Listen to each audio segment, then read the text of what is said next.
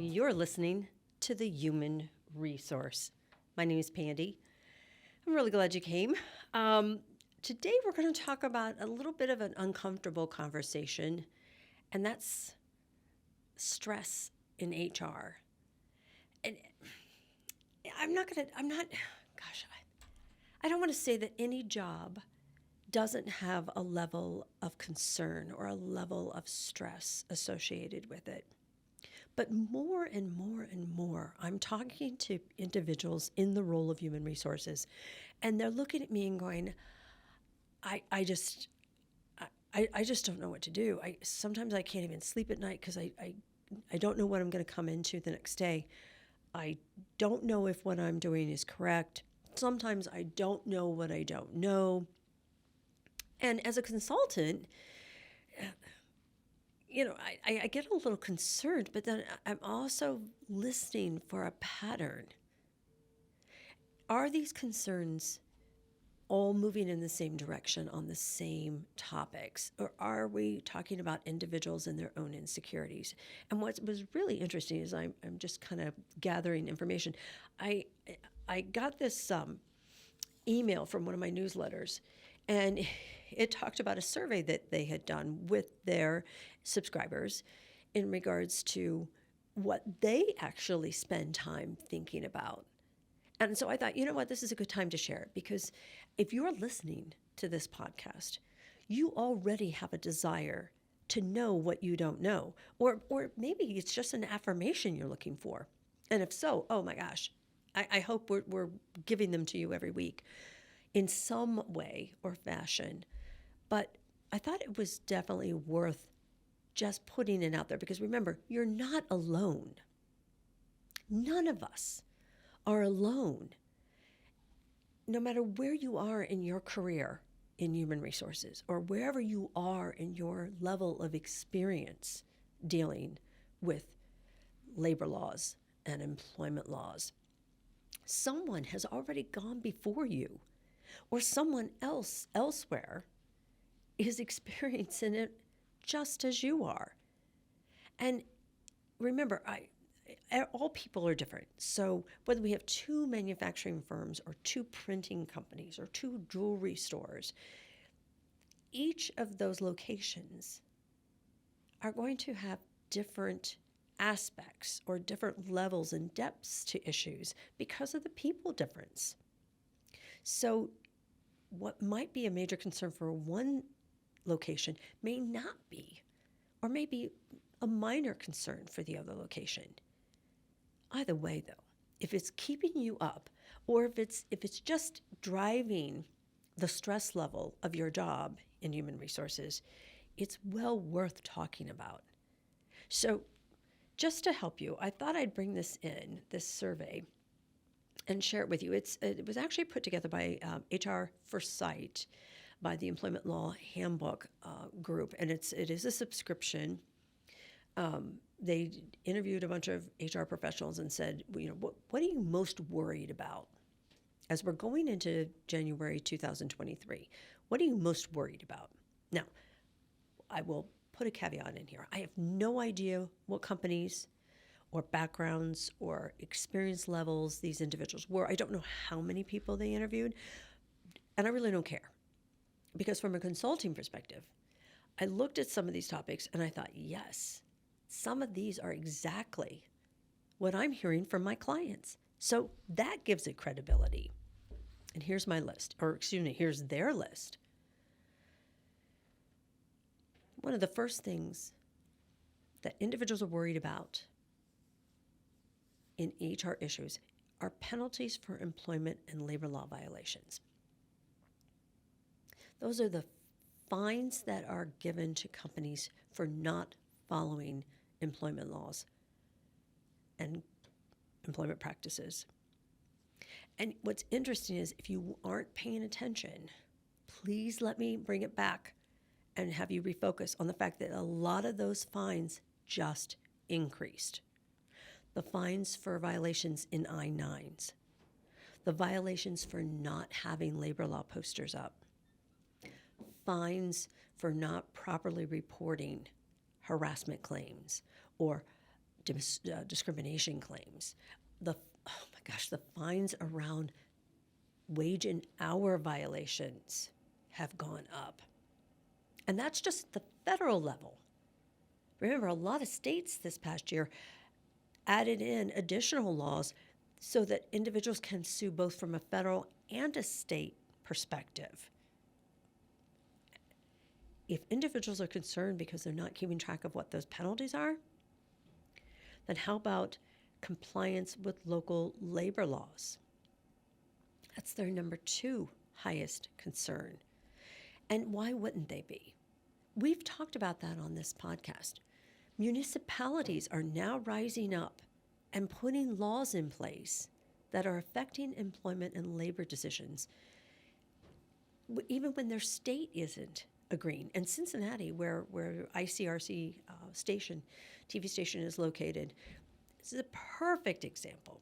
The state of Ohio is not necessarily enforcing the Crown Act, but Cincinnati does have a law stating that individuals cannot be discriminated based on their hair color, their hair texture, their hair style. That can happen. Another one, Cincinnati proper has a law stating that employers in the city limits cannot ask for salary history. Now, over in Dayton, Columbus, you can, but not in Cincinnati proper. Are you as HR people able to keep up with all the municipalities and all the state laws? Because remember, most of you have remote workers, and you have to maintain a knowledge of the laws of that resident state or location, not just where your corporate office is located. The number 3 concern that was mentioned was benefits. Now, it doesn't elaborate, but when I talk to my clients, they're concerned because of the rising cost of benefits. And remember, when you're paying somebody compensation, I always tell my clients, look, you need to add another 30% for the cost of benefits, taxes, and all the extras that go into employing that individual. If you're getting a benefit renewal of 20, 30, 40%, that's a little disconcerting if you're not managing to try to keep those costs down. Benefits could also be affected by the new Secure Act 2.0. That's making a lot of changes in regards to retirement funds and retirement plans that employers offer. And if you're not staying up with those changes, if you're not aware that those laws are in place, you do have something to be concerned with, and you need to be in front of your broker. The 4th concern that was brought up was family or medical leave. Now, for employers of less than 50, this does not mean the Family Medical Leave Act. This means any policy that your company might have or may lack in regards to allowing individuals to go out on leave for either medical or personal reasons. Do you have something in place like that? And if not, what have you been historically doing? And are you being consistent? The 5th concern they had was on state-specific discrimination rules. Now, I can tell you that some states, like Kentucky and Indiana, they really don't move around a lot. They're staying kind of quiet. But yet, a few years ago, Kentucky kicked in and added a new discrimination law around pregnancy. Even though we have the ADA that protects disabilities, even though we have the Pregnancy Discrimination Act, Kentucky came in and stepped in and said, we're going to have our own. And there are multiple other locations and territories, municipalities, that are coming up with their own language on this. How are you keeping up on that? Because the individuals who responded to this said this is a concern to them.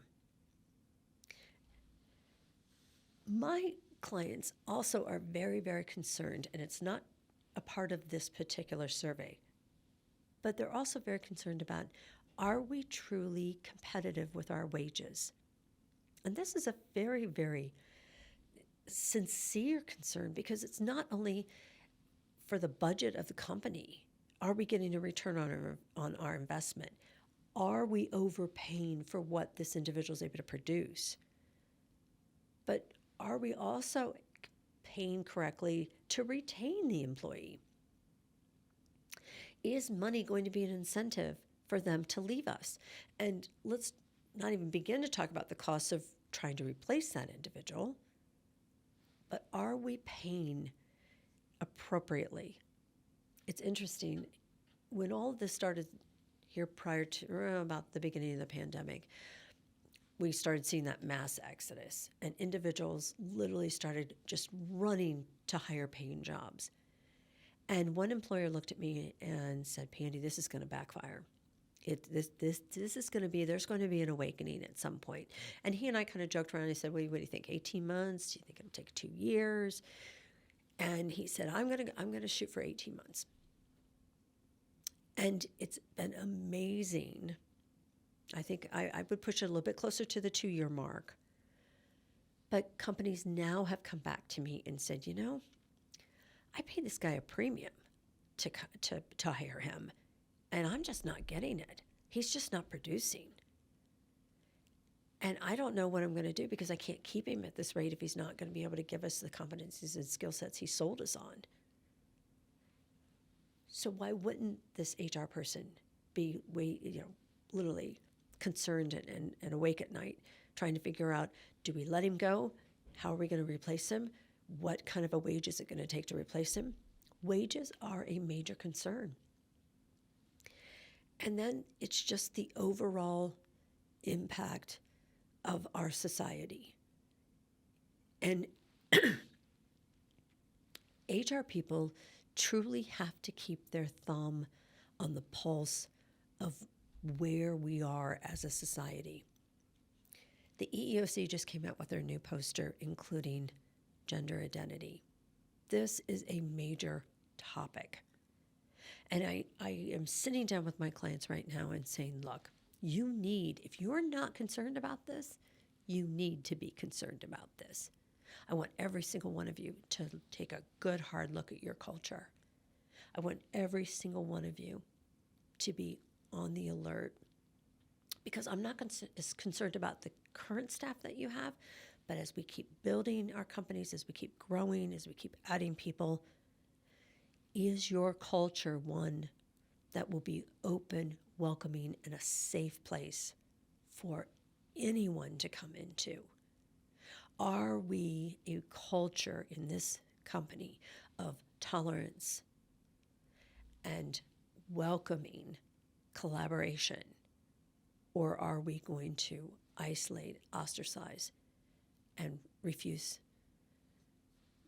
cooperation? Or we just can't go on and on about all the negativity that could be present.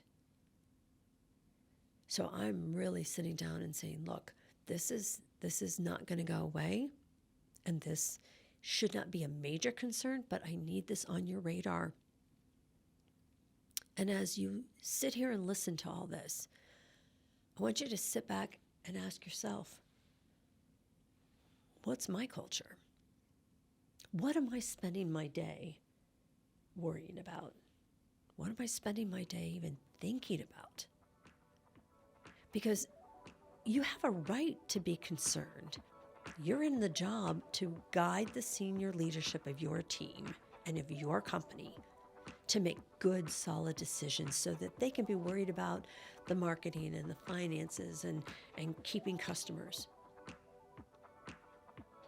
You are the foundation of that organization. I don't care who you are. If you're listening to this show and you are interested in human resources, you are in control or in charge of the heart of that company. If you've got concerns,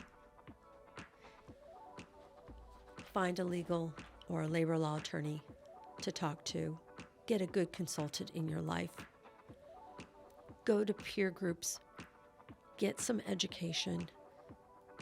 But most of all, continue listening to this podcast because you've been listening to the Human Resource. And we're here to help. Take care.